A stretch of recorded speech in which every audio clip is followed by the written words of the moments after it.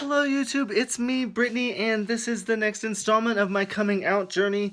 And this one's gonna be all about New York City, basically because there's so much involved in just that 1 year that kind of almost defines part of what became my identity later on in life, which is what helped me, learn who I was. New York City's where I started to experiment with my feminine side more because it was a little bit more free to do so. However, let me get you caught up. If you watched my first video about high school and my youth, you know that I did come out at some point in high school, but I was forced to go back in because I was a wrestler and it just wasn't really allowed. And all the way up until right before graduation, I just assumed that that's what it was the way it was gonna be for me because I was going to Mizzou University. That was the plan. And then on the day of my graduation, I got accepted and asked to come to New York City by the American Musical and Dramatic Academy, and I said, hell yes, get me out of this rural Missouri Midwest area. And so I took that wrestler that I showed you in my last video, and I flew him to New York in his total naive self, closeted bisexual, doesn't know really what is going on with his life as far as sexuality and identity, just knows that something's not right. He doesn't feel comfortable where he is. So I just flew him to New York City and I said, free. Be free. My whole objective when I moved to New York City and I started AMDA was to kind of start an entire new identity for myself. So I wanted that high school wrestler that I was, before I moved to New York to kind of just disappear. I didn't want that to be who I was anymore. So I had a nickname I was given in high school in my late senior year as well as kind of my junior year. And basically when I moved to New York City, I introduced myself as that to everybody. Like I allowed my legal name to be on my class paperwork, and when I was in school with teachers, I totally went by that name. However, I requested that they called me Squeaks, Squeaks, Squeaks like a mouse, and I loved this persona. This was part of Squeaks is still part of Britney, so like.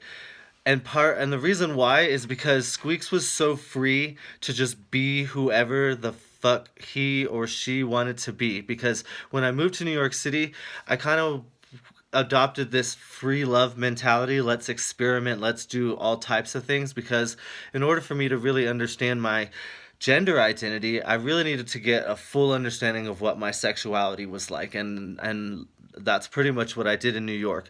And I really experimented with the opportunity to date a man openly because that wasn't really possible in rural Missouri. So that was one of the interesting things about New York City that I got to do. Also, I really got a full introduction to drag, which I learned really wasn't my thing. I did enjoy it. It was an opportunity for me to express myself, and it was basically fellow students at the school I went to basically were like, hey, would you like to do this? And of course, me being that kid from high school that everybody was like, hey, let's ask him. He'll dress up like a girl for whatever reason. Was like, yeah, you want to dress me up? Let's fucking do it. So I pretty much ran straight into that. And I enjoyed it, but something about it just didn't seem like it was me. It was too over the top, too flamboyant for me. It's kind of why I kind of pull myself back from drag. People always ask me to come to their drag shows and things like that, and I really just don't want to do that. Not that I have anything against drag queens. I think they're amazing. What they do is awesome. I just don't think that they represent what being transgender is, and that's kind of why I kind of didn't really gravitate towards that community. Not that there aren't transgender drag queens. I do think that just for my personal feeling, it was just more than what I was wanting.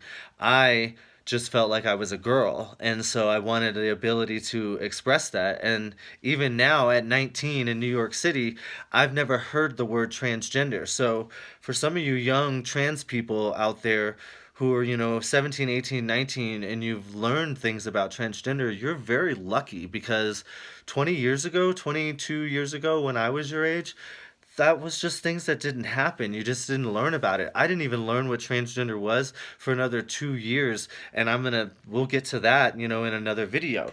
But um, basically, I had an open credit. My parents provided me with a credit card when I moved to New York City, and I was supposed to pay it off. Um, but I didn't, and it had a very high limit. So I bought a lot of clothes. I became a kind of a closet cross-dresser, just kind of around campus, not even in campus, more just inside my dorm, and then occasionally going out. I found a production of Rocky Horror Picture Show in the village that did a traditional production every Friday and Saturday night where you were allowed to dress up as characters, and I made full use of that. Like, that was my outlet for a brunt of my experimentation with dressing up and, you know, being comfortable in my own skin, but also having fun at the same time. I did a lot of Rocky Horror Picture Show, dressing up as all types of the characters. If you've ever seen the movie, then you know exactly what I'm talking about. But yeah, so I successfully changed my identity in New York City and worked on broadening my sexual horizons, boys, girls, um, couples I also dated while living in New York City, because it was just this crazy massive experience for someone, at 18, 19, who has been, sheltered in this military lifestyle. I grew up as a military brat, with a Southern Baptist mother. So, like, I was just free spirit, do whatever I want, and it was just the beginning of me kind of learning about my identity in New York. So I don't recommend you getting as crazy as I did in New York City. However, if you're young and you're from the Midwest, and you're just coming out as trans or gay or lesbian or bisexual or any of those things, I highly recommend you trying out New York City, giving it a shot. That community is really, really supportive. It's also got every aspect of the LGBT community right there in one central area, so you can learn so much about it.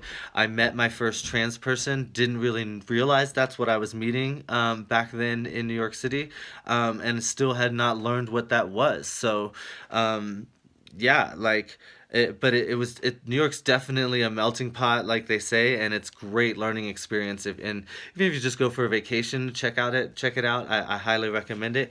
And the other place I'm gonna tell you is to go to Los Angeles, and I will talk to you guys about that in my next episode, because I promise you that is where I move from, and I leave New York City and I go to Los Angeles, and just like New York City, it deserves its own video. So in this entire time that I've been in New York City, I have been studying at the American Musical and Dramatic Academy. So I'm studying theater and dance and all types of things. And at the end of my first year in New York City, I transferred to the AMDA campus out in Los Angeles to be one of the very first kids to move out there in their very brand new campus.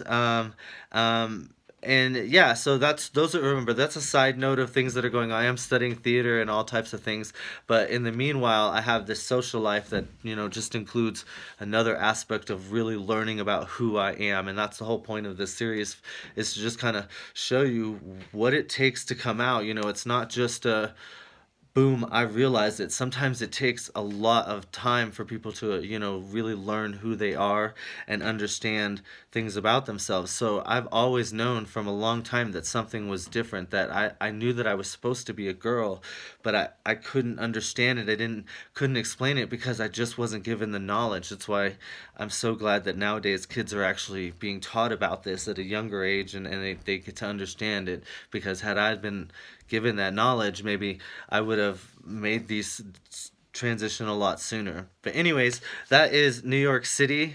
For those of you guys who have been watching, I do appreciate it.